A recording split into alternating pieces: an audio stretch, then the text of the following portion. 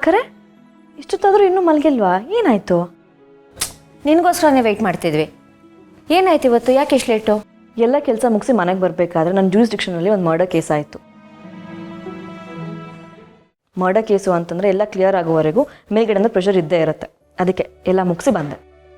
ಸರಿ ಬಾ, ಊಟ ಮಾಡು.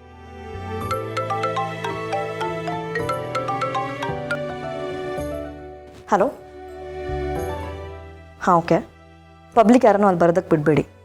ಯಾರಾದರೂ ಅನುಮಾನ ಬರೋ ಥರ ಅಲ್ಲಿ ಓಡಾಡಿದರೆ ಗಮನ ಹರಿಸಿ.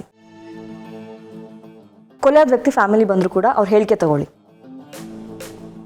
ಅಮಾಯಕರ ಥರ ಕಾಣ್ತಾರೆ, ಆದರೆ ಅವ್ರು ಆಗಿರಲ್ಲ. ನಾಳೆ ಸ್ಟೇಷನಿಗೆ ಬಂದು ಮೀಟ್ ಮಾಡೋದಕ್ಕೆ ಹೇಳಿ, ಸರಿನಾ? ನೋಡಿದ್ರ ಗೌತಮ್ ಅವರೇ, ಫೋನ್ ಬಂದ ತಕ್ಷಣ voice face full change.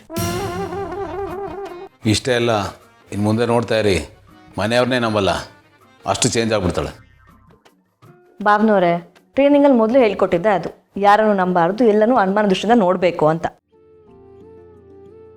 Correct, ನಾನು ಇಲ್ಲ ಅಂತ ಹೇಳ್ತಾ ಇಲ್ಲ, ಬಟ್ ಅದು ಸ್ಟೇಷನ್ಲಿರಬೇಕು. ಮನೆ ಒಳಗಡೆ ಬರಬೇಕಾದ್ರೆ ಪೊಲೀಸ್ ಆಫೀಸರ್ನ ಆಚೆ ಬಿಟ್ಟು ಬಾಗಿಲು ಹಾಕ್ಕೊಂಡು ಬರಬೇಕು. ನಮಗೆ ಮನೆ ಒಳಗಡೆ ಮಲ್ಲಿ ಬಂದರೆ ಸಾಕು, ಪೊಲೀಸ್ ಆಫೀಸರ್ ಎಲ್ಲ ಬೇಡ.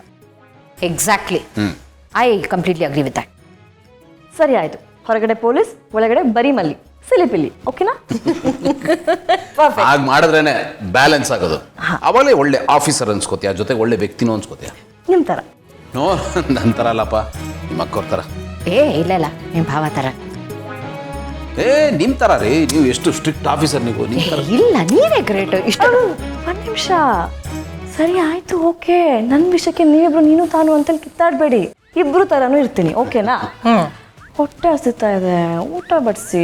ಬಾ. ಸರಿ, ನಮ್ಮ ಮೇಲೆ ಇರ್ತೀನಿ.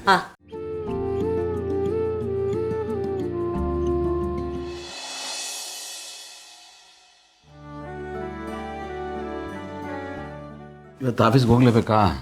ಗೌತಮ್ ಅವರೇ, ಸಮ್ಮರ್ ಹಾಲಿಡೇಸ್ ಮುಗಿದ್ಮೇಲೆ ಮಕ್ಕಳು ಇವತ್ತು ಸ್ಕೂಲ್ಗೆ ಹೋಗ್ಲೇಬೇಕಾ, ನಾಳೆ ಹೋಗಿದ್ರೆ ಆಗುತ್ತಲ್ವಾ ಅಮ್ಮ ಅಂತ ಹೇಳ್ತಾರಲ್ಲ, ಹಾಗಾಡ್ತಿದ್ದೀರಾ ನೀವು.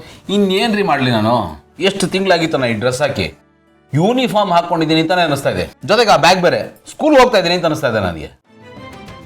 ಗೊತ್ತಾಯ್ತು ಬಿಡ್ರಿ, ಈಗ ಗೊತ್ತಾಯ್ತು ನೀವು ಯಾಕೆ ಆಫೀಸ್ಗೆ ಹೋಗೋದು ಬೇಡ ಅಂತ ಹಠ ಮಾಡ್ತಿದ್ದೀರಾ. ನಿನ್ನೆ ನೀವು ಅದೇನೋ ಕಥೆ ಕಟ್ಟಿದ್ರಲ್ಲ, ನೀವು ಆಫೀಸ್ಗೆ ಹೋದ್ಮೇಲೆ ನಾನು ರೆಸ್ಟ್ ಮಾಡಲ್ಲ, ಕೆಲಸ ಮಾಡ್ತೀನಿ. ಈಗ ಅರ್ಥ ಆಯ್ತು ನೋಡಿ ನನಗೆ ನಿಜವಾದ ಕಾರಣ ಏನು ಅಂತ. ಏನು? ಏನಾ? ನಿಮ್ಗೆ ಇಷ್ಟು ದಿನ ಮನೇಲೇ ಇದ್ದು ಈ ಹೌಸ್ ಲೈಫ್ ಕಂಫರ್ಟಬಲ್ ಆಗ್ಬಿಟ್ಟಿದ್ದೀರಾ, ನೀವು ಲೇಸಿ ಫೆಲೋ ಆಗೋಗ್ಬಿಟ್ಟಿದ್ದೀರಾ. ಏನು ಮಾಡಲಿ ಭೂಮಿಕಾ, ಇಷ್ಟು ದಿವಸ ನಾನು ನಿಮ್ಮ ಜೊತೆಗೆ ಇದ್ದೆ. ಕಣ್ಣು ಬಿಟ್ಟರೆ ನೀವು, ಕಣ್ಣು ಮುಚ್ಚಿದ್ರೆ ನೀವು, ನಿಮ್ಮ ಸುತ್ತಾನೇ ಸುತ್ತಕೊಂಡಿದ್ದೆ. ನಿಮಗೂ ಹುಷಾರಿರಲಿಲ್ಲ, ಈಗ ಸ್ವಲ್ಪ ಆರಾಮಾಗಿದ್ದೀರಾ. ಹಾಗಾಗಿ ನಾನು ಸ್ವಲ್ಪ ನಾರ್ಮಲ್ ಆಗಿ ನಿಮ್ಮ ಜೊತೆ ಕಾಲ ಕಳೆಯೋಣ ಅಂತ ಅಂದ್ಕೊಂಡಿದ್ದೆ. ತಪ್ಪ ಅದು? ತಪ್ಪು ಅಂತ ಹೇಳ್ತಿಲ್ಲ ನಾನು, ಬಟ್ ನನ್ನ ಪ್ರಕಾರ ನಾರ್ಮಲ್ ಏನು ಗೊತ್ತಾ? ಏನು? ನೀವು ಮುಂಚೆ ಇದ್ರಲ್ಲ, ನಿಮ್ದೊಂದು ರುಟೀನ್ ಇತ್ತು ನೋಡಿ.